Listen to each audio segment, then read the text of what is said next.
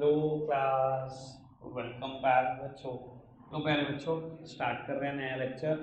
Sir आज का lecture 25% ही theory होगा, बाकी सारा लेक्चर 75% बेटा प्रैक्टिकल है। जर्नल एंट्री पे मैं शिफ्ट कर जाऊंगा, जीएसटी की जर्नल एंट्री पर, जीएसटी की अकाउंटिंग पर।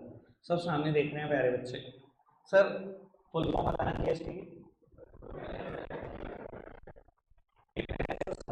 जीएसटी आया 17 टैक्सेस, कुछ के नाम याद है?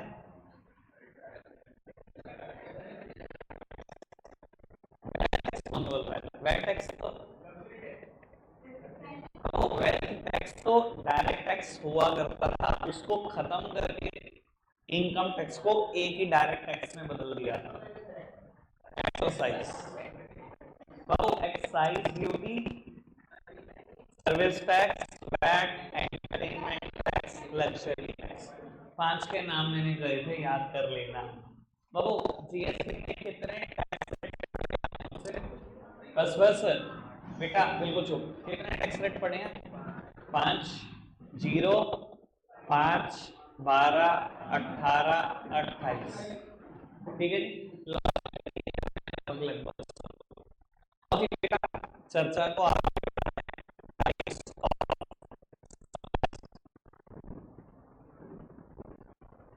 बेटा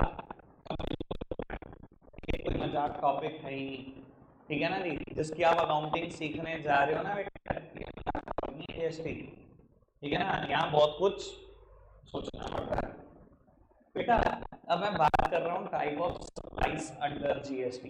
बेटा जीएसटी में ना आप दो ही तरीके से गुड्स बेच सकते हो। सप्लाईज का मतलब ज्वाइनिंग सेल से ही है सर।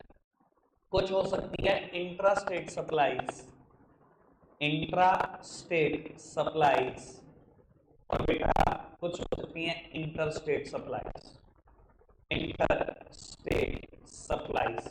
सब सामने देखते रहेंगे, आराम से चर्चाओं को समझेंगे बेटा। जीएसटी में 5 टैक्स रेट है, अभी आप सबने बताया 0, 5, 12, 18, 28, याद रहेंगे ना सबको ही। बेटा दो तरीके से आप गुड्स बेच सकते हो, इंट्रा स्टेट बेच सकते हो या इंट्रा स्टेट बेच सकते हो। क्या ये क्या फर्क होता है बेटा? इंट्रा स्टेट मतलब होता है with in the same state. अगर आप अपनी स्टेट में बेच रहे हो ना, तो इसको हम बोलते हैं इंट्रा स्टेट बेच रहे हो, ठीक है। और इंटर स्टेट क्या होता है? जब आप अपनी स्टेट से बाहर बेच रहे होते हो तो इसको बोलते हैं इंटर स्टेट बेच रहे हो। समझ में आ रही बात? इंटर स्टेट क्या होता है? With in the same state. और बेटा इंटर स्टेट क्या होता है बाबू? आउटसाइड द स्टेट, या बाबू कह दो एक स्टेट से दूसरी स्टेट, ठीक है जी। बेटा जब भी आप गुड्स इंट्रा स्टेट बेचोगे, हमेशा दो तरीके के टैक्सेस लगाओगे। सब सामने देखेंगे बेटा, ये बात बहुत काम की है सर। जब भी आप गुड्स इंट्रा स्टेट बेचोगे, हमेशा दो तरीके के टैक्सेस लगाओगे। एक का नाम है बेटा सीजीएसटी और एक का नाम है बेटा एसजीएसटी। यार ये क्या होता है बाबू? ये central goods and service tax, और ये क्या बेटा? State goods and service tax. प्यार से हम कभी भी इसकी पूरी फुल फॉर्म नहीं बोलने वाले, हमने सीजीएसटी और एसजीएसटी ही बोलना है, ठीक है जी। आपकी नॉलेज के लिए बता देता हूं, अगर मान लो मैं कोई कॉमोडिटी ऐसी बेच रहा हूं जिसपे 5% टैक्स है, सब सामने देखते रहेंगे, ये सब रुक जाओ बेटा।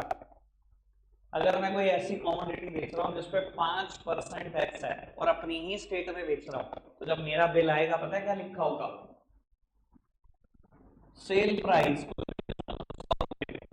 Plus GST. 5% वाली कॉमोडिटी बेच रहा हूं ना, 5% वाली सीजीएसटी और एसजीएसटी को आधा आधा कर दो, 2.5%। अगर मैं कोई कॉमोडिटी बेच रहा हूँ 12% वाली तो 6, अगर कोई 18 वाली तो 9, 28 वाली तो 14। बाबू सीजीएसटी और एसजीएसटी हमेशा आधे आधे लगाए जाते हैं। और आपको बता देता हूं, जितना भी सीजीएसटी पोर्शन इकट्ठा होता है पूरे इंडिया से, ये सेंट्रल गवर्नमेंट की जेब में चला जाता है। क्यों? सेंट्रल गवर्नमेंट के भी कुछ टैक्सेस खत्म हुए थे। मैंने 5 टैक्स के नाम याद कराए हैं ना आपको सर। एक्साइज ड्यूटी और सर्विस टैक्स सेंट्रल गवर्नमेंट लगाती थी।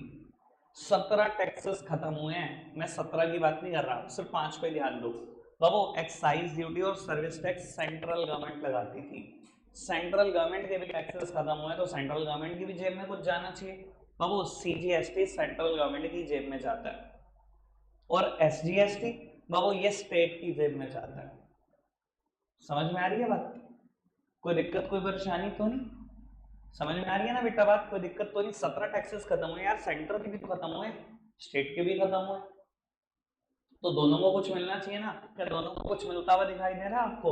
दोनों को पक्का कुछ ना कुछ मिल रहा है बाबू। और करो, आप यूपी के हो, उत्तराखंड से कोई पर्सन आपके पास सामान खरीदने और आते हैं, सहारनपुर एक ऐसी मंडी है जहाँ बेटा दूसरी स्टेट के लोग माल खरीदने आते हैं आज भी। कोई पर्सन देहरादून से माल खरीदने आपके पास आया, कोई पर्सन हरवटपुर एक जगह है बेटा वहां से सामान खरीदने आया, उत्तराखंड के रेजिडेंट आपके पास आ रहे हैं, तो सर आपका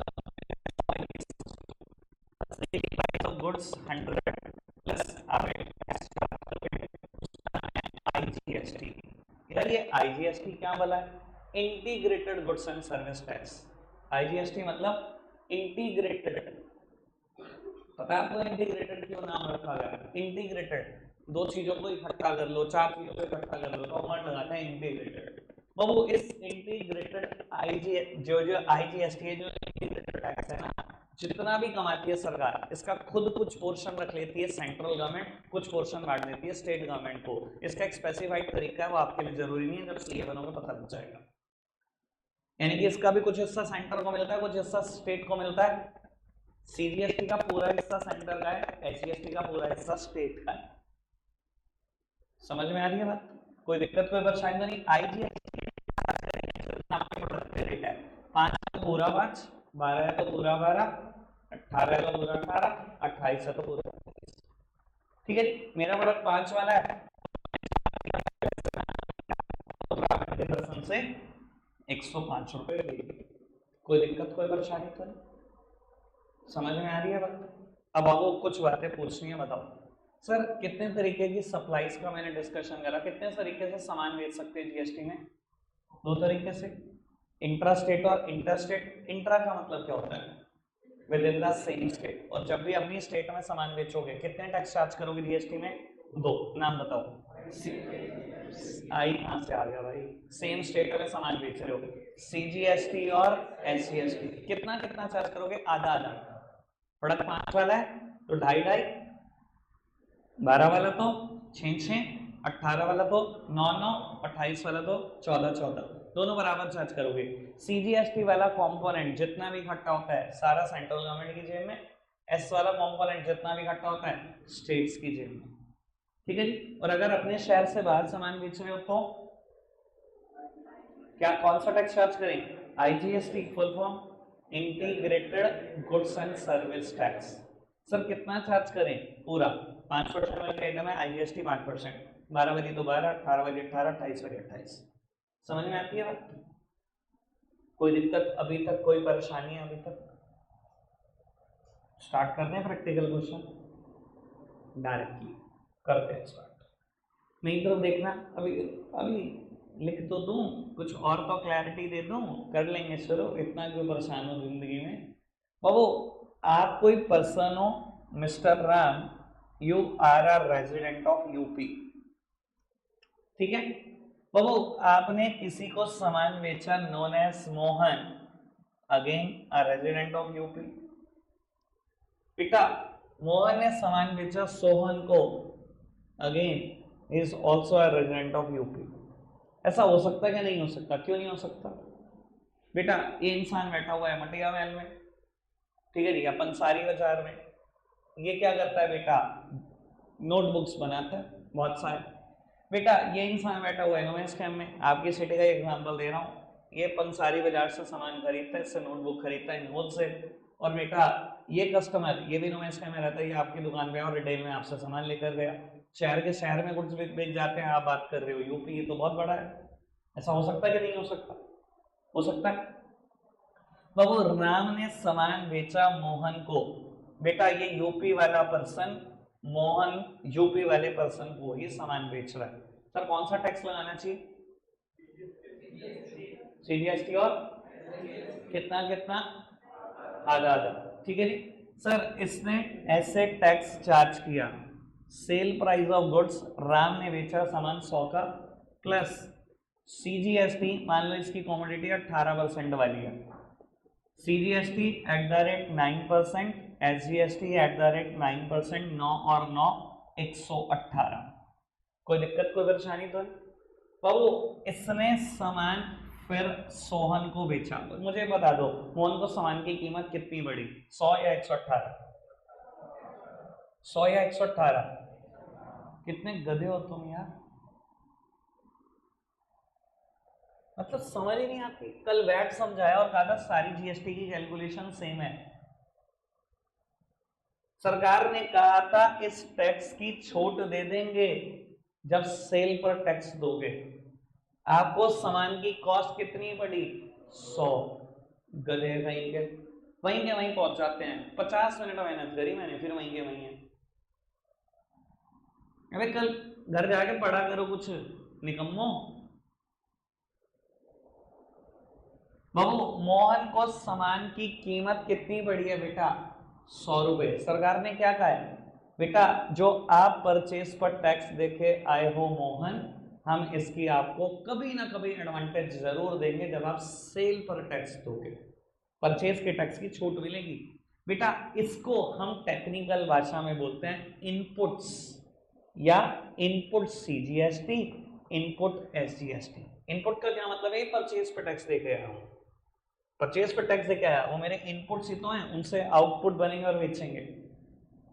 जो परचेज पर टैक्स देके आते हैं जिसकी आपको छूट मिलने वाली होती है, इसको हम बोलते हैं input CGST and input SGST. कोई दिक्कत कोई परेशानी तो नहीं, समझ में आ रही है सारी बात। बाबू मोहन ने सोहन को सामान बेचना है बेटा, लिखा हुआ है सेल प्राइस 150, रिटेलर है, मार्जिन ज्यादा ही होते हैं, यानी कि ये 100 की चीज 150 में बेचना चाह रहा है। इसने बेटा बेचा सेल प्राइस 150 रुपए plus GST at the rate 9% plus SGST at the rate 9%।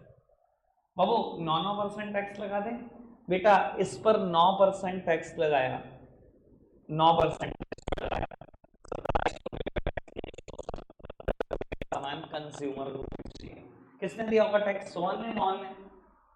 Sohan ने, इनडायरेक्ट टैक्स है। मोहन ने जब सोहन को बिल थमाया तो इससे बेटा 127 रुपए, सॉरी 177 रुपए बेटा निकल पाएंगे। कोई दिक्कत कोई परेशानी तो नहीं बाबू। अब जिम्मेदारी क्या है, थोड़ी सी जिम्मेदारियां भी समझ लो। बातें मैं बिल्कुल नहीं कर रहा हूँ, आराम से सुनते जाना, तो कुछ बातें ऐसी हो सकती है इतना पुरानी आती है। सर सोहन से 177 रुपए लिए हैं, क्या सारे के सारे आपको बिलोंग करते हैं, फटाफट से बताओ। नहीं, 150 रुपए आपके हैं और 27 रुपए सरकार के हैं, फटाफट से बताओ है कि नहीं है? हैं बाबू, आपने जो 27 बोलते हैं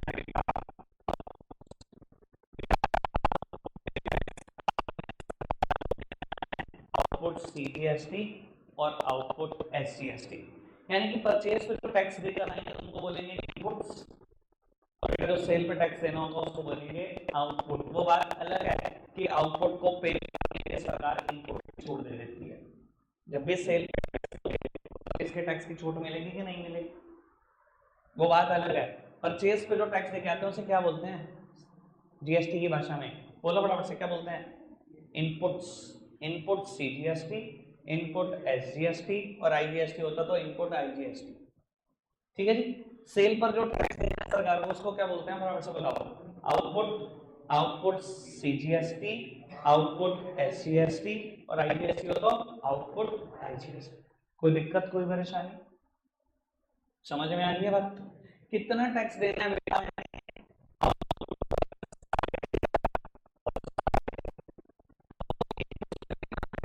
जिसकी मुझे सरकार एडवांटेज देगी? 9 और 9,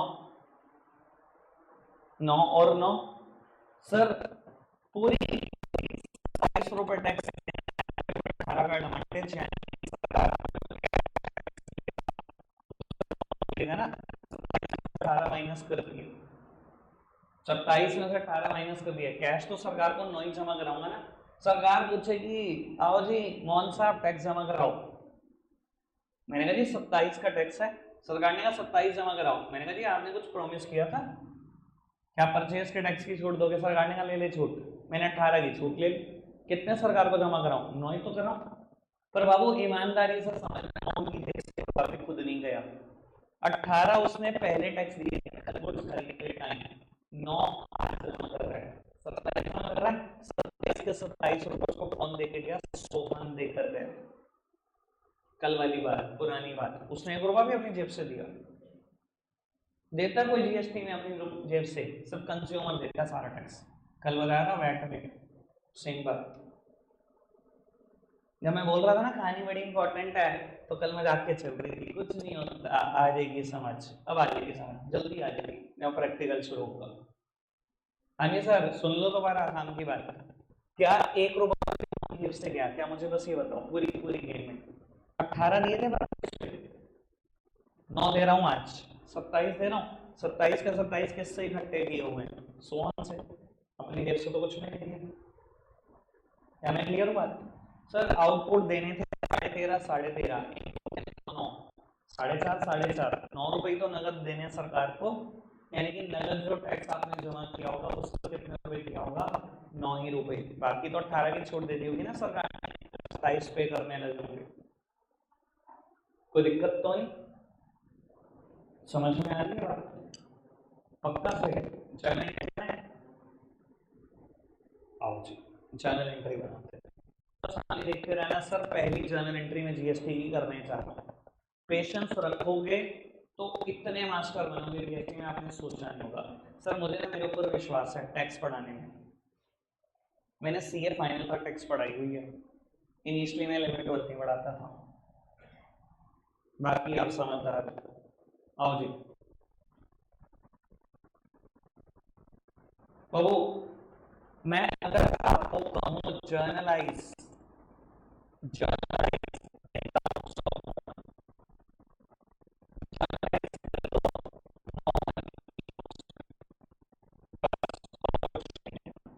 मुझे जर्नल एंट्री करनी है, और अगर ईमानदारी से समझो तो जर्नल एंट्री यहाँ होंगी 3। सब सोचने की बात है, सब थिंकिंग की बात है। जर्नल एंट्री होंगी यहाँ पर 3। कैसे बाबू? एक गुड्स खरीदने की, एक गुड्स बेचने की, और एक सरकार को टैक्स देने की, 9 रुपए। कितनी एंट्री होंगी जर्नल एंट्री? 3। गुड्स परचेज की, क्या परचेज की आज तक हमने एंट्री नहीं करी? करिए बस, जीएसटी तो आ गया, करी तो है। एक गुड्स खरीदने की, एक गुड्स बेचने की, और बाबू एक टैक्स पे करने की, सरकार को टैक्स लायबिलिटी पे करने की। आओ जी बाबू, परचेज की अगर नॉर्मल एंट्री होती, मैंने गुड्स परचेज किया होता आराम से, एंट्री क्या करते फटाफट से बताओ? परचेज डेबिट टू, अरे भाई अगर आज ये तुम ये नहीं बता रहे ना, सीरियस प्रॉब्लम है। क्या एंट्री हुई? Purchase account debit to Ram, यही एंट्री करते। सर इतनी एंट्री पक्का होगी, पक्का, बस कुछ और ऐड हो जाएगा, वो बात अलग है, सब सामने देखते रहेंगे, नहीं तरह। सर मोहन की बुक्स में एंट्री कर रहा हूं, पहली एंट्री गुड्स खरीदा है मोहन ने फ्रॉम राम, आपने एंट्री करी purchase account debit to Ram, मतलब मैंने राम से गुड्स खरीदा है, उसके कुछ पैसे देने हैं। अच्छा बाबू, मैंने एक्चुअली में कितने रुपए का गुड्स परचेज किया? 100 रुपए का, फिर 9 रुपए जीएसटी दिया, फिर 9 रुपए जीएसटी दिया, मतलब मुझे राम को 118 रुपए देने का। सोच पा रहे हो बात? क्या बाबू जो आपने टैक्स दिया, सरकार इसकी एडवांटेज देती है आपको फटाफट से? क्या इसका बेनिफिट मिल जाएगा मुझे? कब मिलेगा? मेरे वर्ड ही सुन लिया करो, कब मिलेगा बेनिफिट? जब मैं सेल पर टैक्स दूंगा, मिलेगा ना बेनिफिट जब मैं सेल पर टैक्स दूंगा। क्योंकि किसी भी चीज का बेनिफिट अगर मुझे नियर फ्यूचर मिलने वाला होता है तो वो एसेट होती है। सुना है कभी मेरे मुंह से बात? अगर मैं आज अंकल को 2 महीने का रेंट पे कर दूं, मुझे नियर फ्यूचर बेनिफिट मिलेगा कि नहीं मिलेगा? 2 महीने का एडवांस रेंट पे कर दूं, मुझे नियर फ्यूचर बेनिफिट मिलेगा? 2 महीने तक जगह वो देंगे, मुझे प्रोवाइड करेंगे कि नहीं? इसी तो बोलता था प्रीपेड रेंट कि एसेट है, कि नियर फ्यूचर बेनिफिट मिलेगा, ऐसे ही बोलता था। सर क्या ये जो मैं 18 रुपए परचेज पे टैक्स दूंगा, क्या इसका बेनिफिट मुझे नियर फ्यूचर मिलेगा? एसेट है बाबू, दुनिया के सारी एसेट डेबिट होती हैं। लो मेरे प्यारे बच्चों, डेबिट कर दो एसेट्स को। इनपुट सीजीएसटी अकाउंट डेबिट, क्योंकि बेनिफिट मिलेगा इसलिए मैंने एसेट बनाकर डेबिट कर दिया। Input SGST account debit to Ram. Goods खरीदा 100 का, 9 के टैक्स का बेनिफिट मिलेगा, 9 के टैक्स को बेनिफिट मिलेगा, राम को देने हैं 118। कोई दिक्कत कोई परेशानी तो नहीं?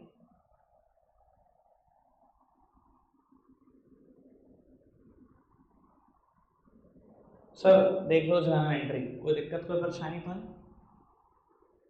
बात क्लियर है? सर परचेज टू राम तो आज तक भी करता है ना एंट्री, मैंने परचेज टू राम में तो कुछ नया नहीं है। जो मैं टैक्स देकर आया हूं भाई, मोहन के एंगल से सोचो ना, उसने सामान मंगाया राम से, राम 100 का सामान बेच दे, बोलेगा भाई जीएसटी भी आप दोगे, इनडायरेक्ट टैक्स है, उन्होंने कहा कोई नहीं भेज दे, जीएसटी भी मैं दूंगा। उन्होंने कहा 18 रुपए का जीएसटी, उन्होंने कहा कोई दिक्कत नहीं, तो सामान बेच।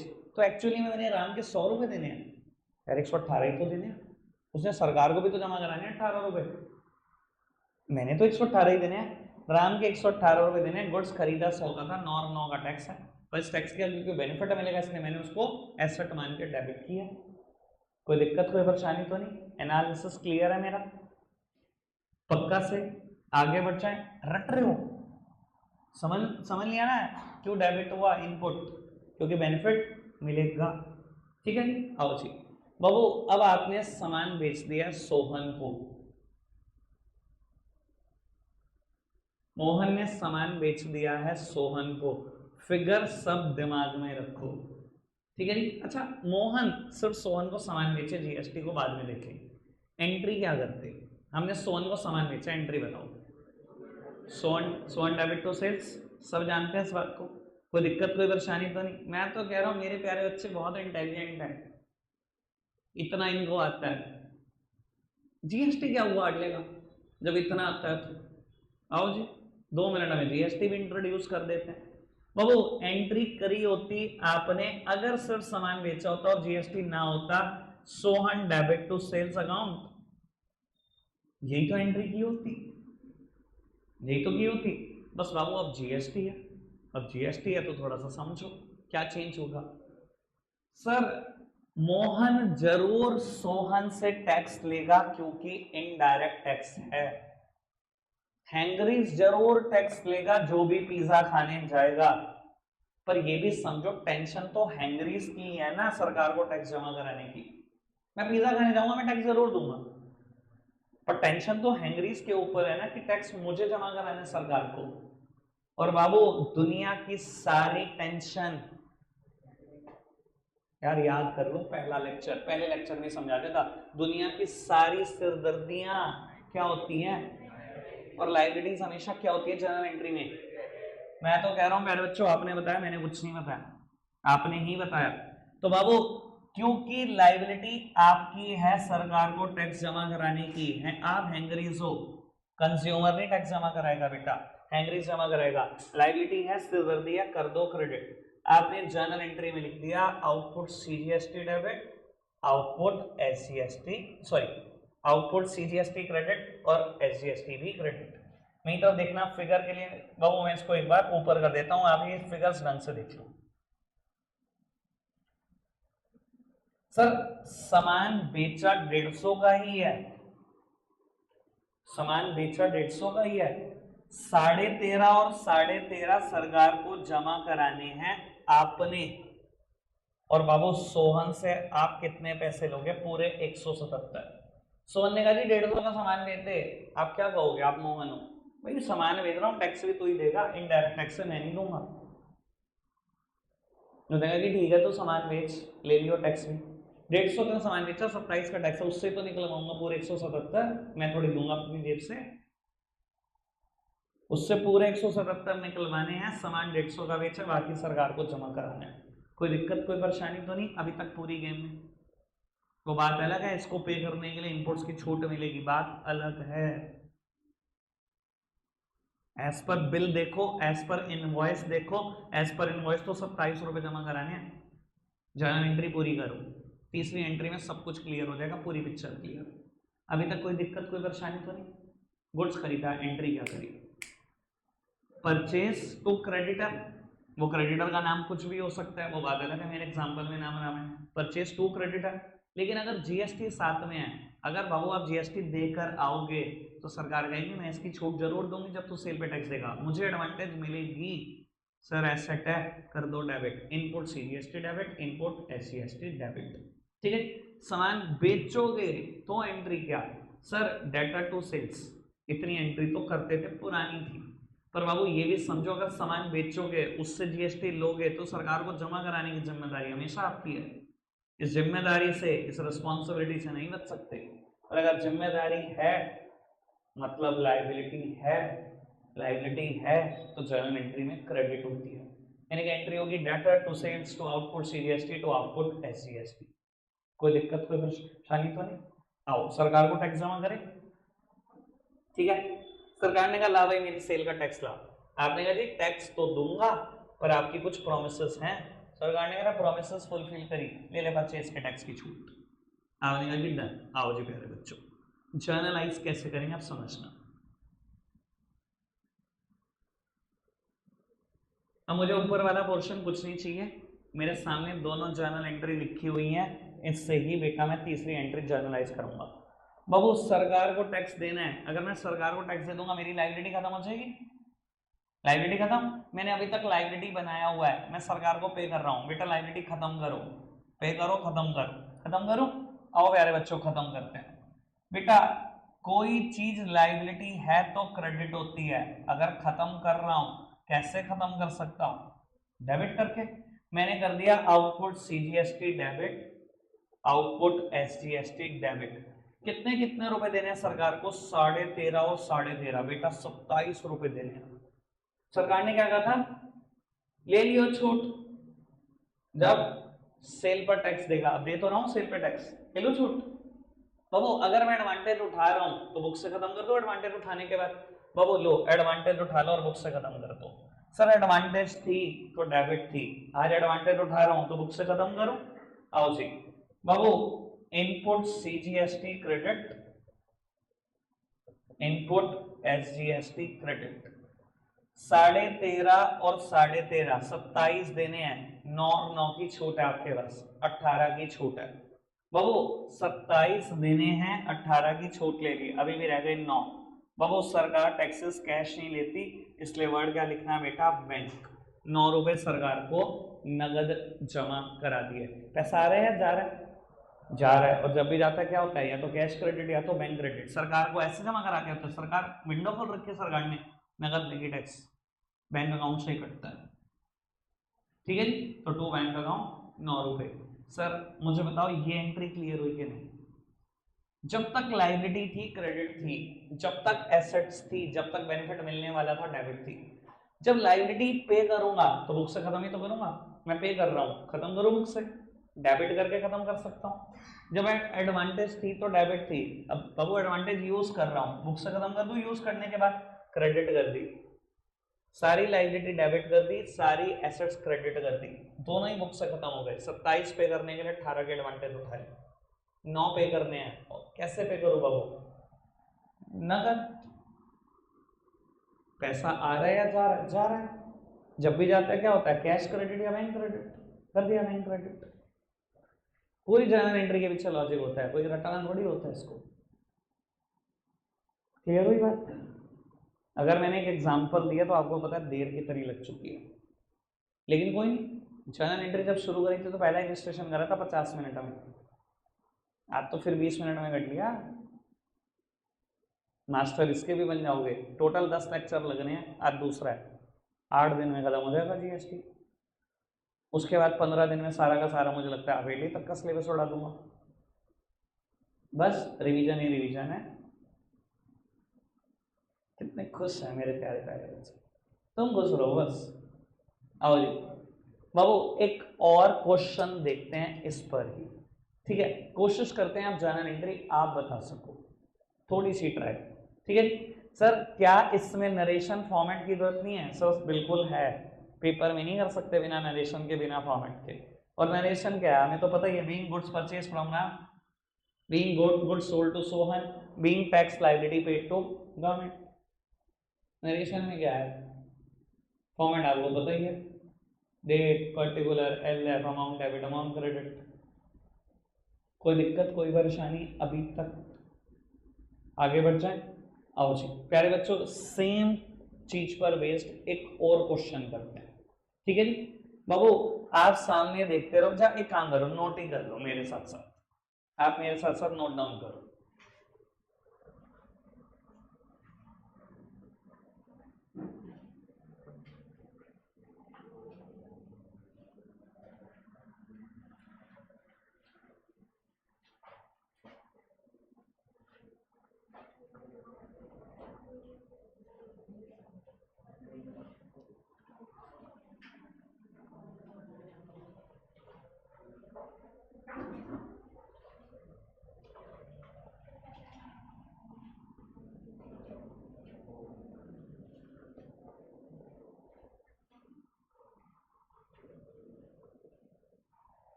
चुप हो जाओ मैडम, चुप हो जाओ, लिख लो इसे, थकती नहीं है।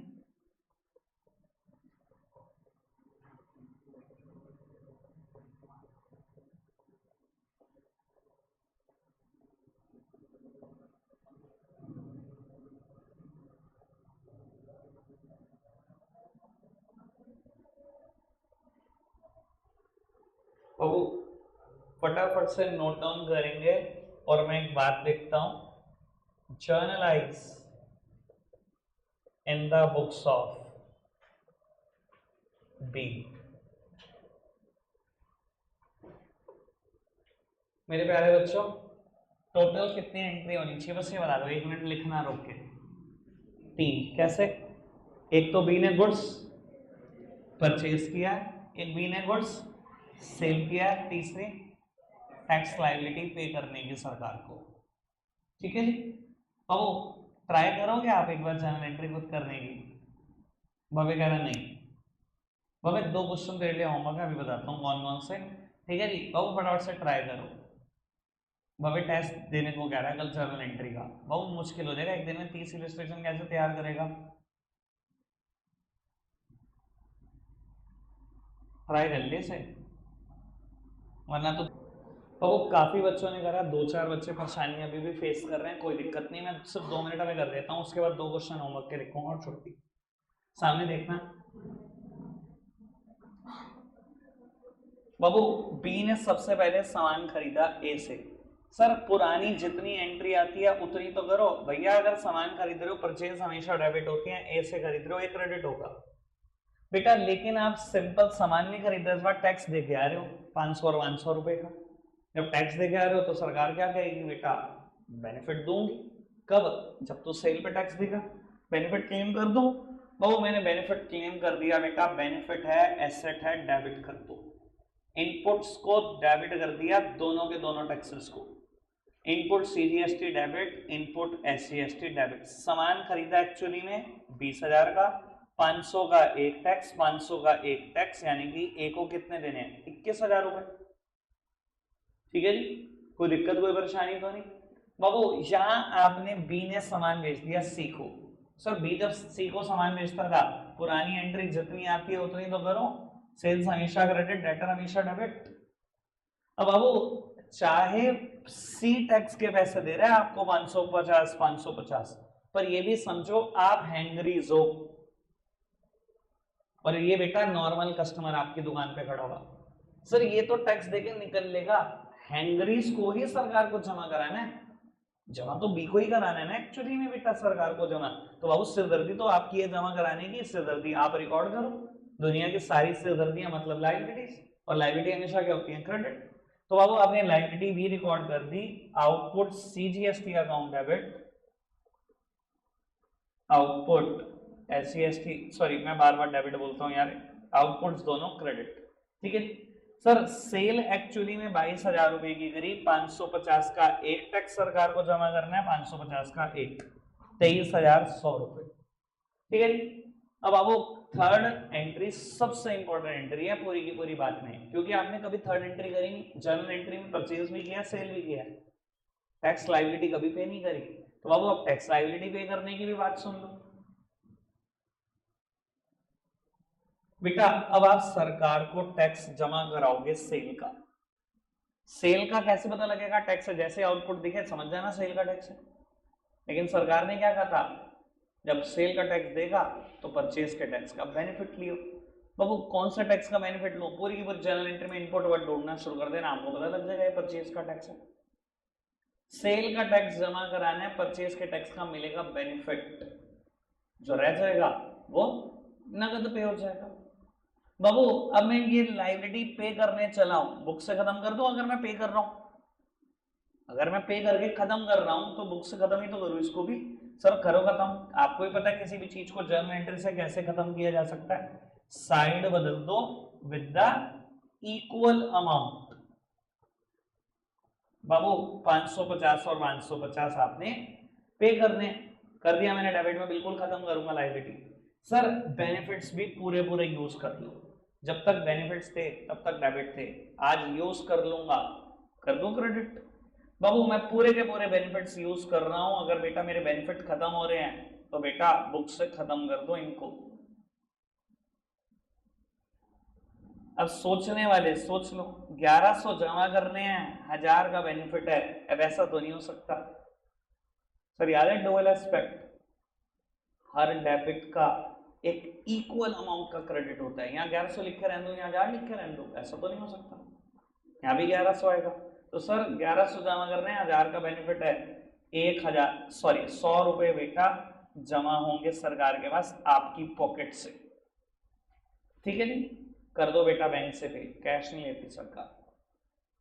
ठीक है, किसी को कोई दिक्कत आई है तो बताओ। अभी तक दो दो ही क्वेश्चन करे, दोनों में परचेज सेल टैक्स लायबिलिटी नहीं। परचेज सेल पर बेस दो एग्जांपल होमवर्क दे रहा हूं, लिखना मेरे साथ साथ। एग्जांपल नंबर 1,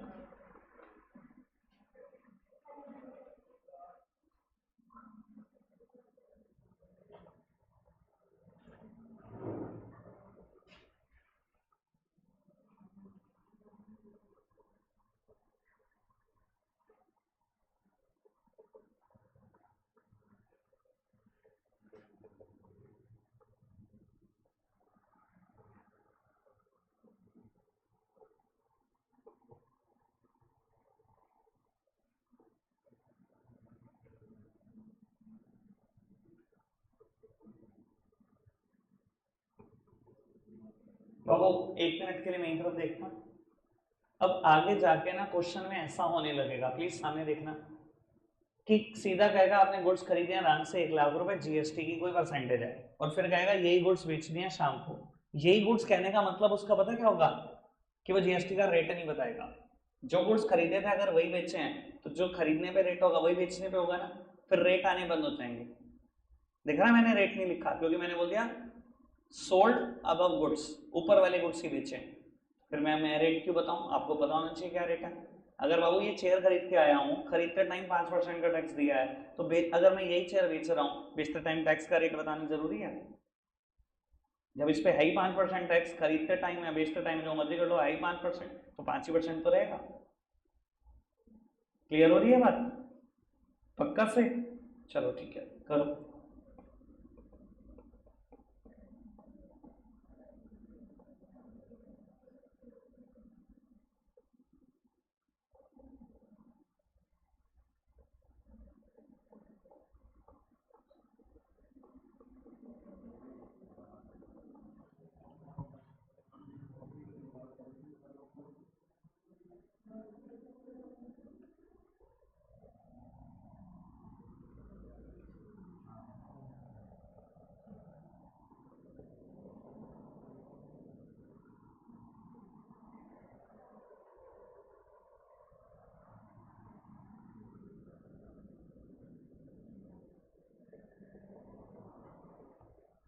लो पुत्र सामने देखना, मैं ये वर्ड लिखना भूल गया था, मैंने बाद में ऐड किया है। बाबू कहता है आपने ऊपर वाले गुड्स ही शाम को बेच दिए, ये तो क्लियर हो गया कि टैक्स रेट कितना है उन गुड्स पे 18% है सर। लेकिन बाद में मैंने ये लिख दिया इन द सेम स्टेट में ही बेचे हैं, यानी कि यहाँ पे भी कौन सा टैक्स लगेगा, सीजीएसटी और एसजीएसटी। यहाँ मैंने क्या किया बेटा, आपने गुड्स खरीदे हैं केशव से 80,000, आईजीएसटी लगाया 5%। समझदार को समझ में आ गया होगा कि केशव दूसरी स्टेट में रहता है और आप किसी दूसरी स्टेट में रहते हो, तभी तो आईजीएसटी लगाए। और यहाँ पर भी मैंने वही बात लिख दी, सोल्ड अबव गुड्स टू अंश इंटरस्टेट ही बेचा है, यानी कि अंश भी किसी और स्टेट में रहता है, ठीक है जी। यानी कि यहाँ पे जो टैक्स लगेगा वो कौन सा लगेगा, आईजीएसटी। खरीदते टाइम आईजीएसटी, बेचते टाइम आईजीएसटी, खरीदते टाइम सीजीएसटी एसजीएसटी, बेचते टाइम सीजीएसटी एसजीएसटी, ठीक है जी। कल बेटा मुझे क्वेश्चन चाहिए और आपको बता देता हूँ लेवल बहुत बढ़ता है इस चैप्टर का। अगर मैं खरीदूं सेम स्टेट और बेचूं दूसरी स्टेट तो क्या, अभी मैटर पेचीदा होएगा धीरे धीरे। रखते हैं आज के लिए इतना ही है, बाय बाय।